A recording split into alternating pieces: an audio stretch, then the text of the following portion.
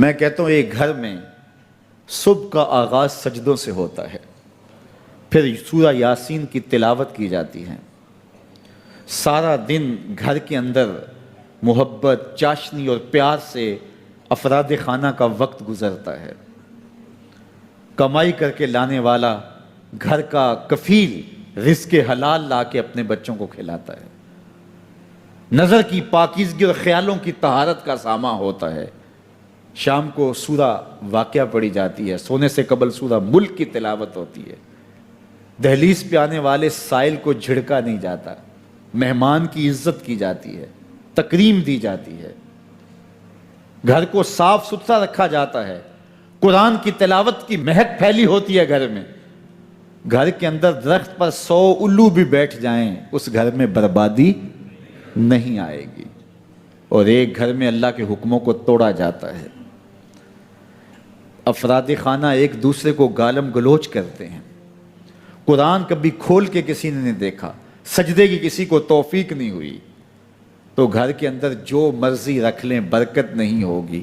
میاں یہ تو تمہارے اعمال کا نتیجہ تھا، لیکن تم نے لگا دیا الو کے کھاتے کہ الو بیٹھ گیا، یہ سب کچھ بربادی ہوئی۔ تم نے وعدے توڑے، تم نے لوگوں کو 2 نمبر مال دیا، اس لیے تمہاری فیکٹری برباد ہوئی، اس لیے تمہاری دکان نہیں چل رہی، کہ تم کہتے کچھ ہو دیتے کچھ ہو۔ ایک مرتبہ جو دھوکہ کھاتا ہے وہ دوبارہ تمہاری دکان پہ نہیں آتا۔ یہ الو کا کام نہیں ہے، یہ تمہارے نفس کے الو کا کام ہے، لیکن تم نے الو پہ مڑ کے کسی منحوسہ، یہ فلاں منحوسہ ہماری دکان پہ آئی صبح، آج سارا دن گاہک ہی نہیں آیا، کیا فلسفہ تم نے تراشا؟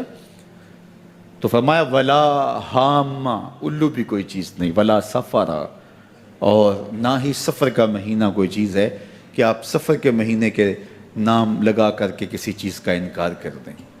یہ اللہ کی طرف سے ہے جو تمہیں نصیب ہوتا ہے۔ وَإِن يَمْسَسْكَ اللَّهُ بِضُرٍّ فَلَا كَاشِفَ لَهُ إِلَّا هُوَ، اللہ تعالیٰ تمہیں کوئی نقصان پہنچانا چاہے تو کوئی اس نقصان کو دور نہیں کر سکتا سوائے اللہ کے، اور اگر اللہ تمہیں کوئی بھلائی دینا چاہے، تمہیں بہتری عطا کرنا چاہے، فَلَا رَادَّ لِفَضْلِهِ، اللہ کے فضل کو کوئی واپس بھی نہیں کر سکتا، لٹا بھی نہیں سکتا، اللہ کے فضل کو کوئی ٹال بھی نہیں سکتا۔ سارا زمانہ لگ جائے کسی شخص کو نقصان پہنچانے کے لیے، لیکن اللہ کی نصرت اسے نصیب ہو، کوئی بال بھی بیکا نہیں کر سکتا۔ سارا زمانہ کسی کو فائدہ دینے میں لگا رہے، لیکن اللہ نہ چاہے تو ایک ذرے کا فائدہ بھی نہیں پہنچا سکتے۔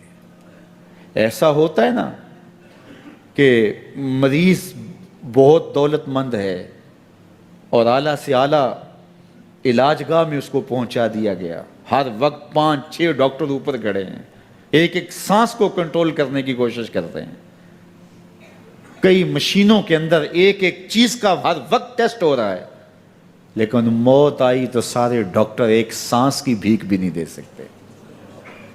اور دوسرا بیمار پڑا ہے، ہاسپٹل والوں نے بھی جواب دے دیا، اس غریب کو کسی پرواہ نہیں کی ہے، اس کو باہر جھاڑے میں پھینک دیا، میرا مالک شفا دینا چاہے تو اسے عطا کر دے۔ شفا اللہ کے پاس ہے، موت اللہ کے پاس ہے، زندگی اللہ کے پاس ہے، خیر اللہ کے پاس ہے، وہ جس کو جو چاہے عطا کرے۔ اپنے عقیدوں کو مضبوط کرو، اللہ پر توکل کرو، اللہ پر بھروسہ کرو، وہ چاہے تو ہوتا ہے، وہ نہ چاہے تو کچھ نہیں ہوتا، اس کے چاہنے سے ہے اور اس کے نہ چاہنے سے نہیں ہے۔ اس لیے اس کے چاہنے سے خیر ملتی ہے، اس کو خیر چاہے تو خیر ملتی ہے، اور اگر وہ کسی کی خیر نہ چاہے تو سارا زمانہ بھی لگ جائے تو خیر نہ۔ لوگ کہتے ہیں کہ الو آ گیا، اور جہاں الو ہوتا ہے وہاں اجاڑ ہوتا ہے، یہ بربادی کی علامت ہے۔ الو استعارہ بنا لیا بربادی کا، اور یہ ہمارا خود ساختہ ایک تصور ہے کہ جس جگہ پہ الو بولیں، الو بیٹھیں تو وہاں بربادی آ جاتی ہے۔ عجیب فلسفہ گھڑ لیا، الو کے بولنے سے بربادی کیسے آئے گی؟ اور اندر کا نفس الو بن گیا تو پھر بربادی آئے گی۔ اس کو دیکھو کہ وہ خراب تو نہیں ہو گیا۔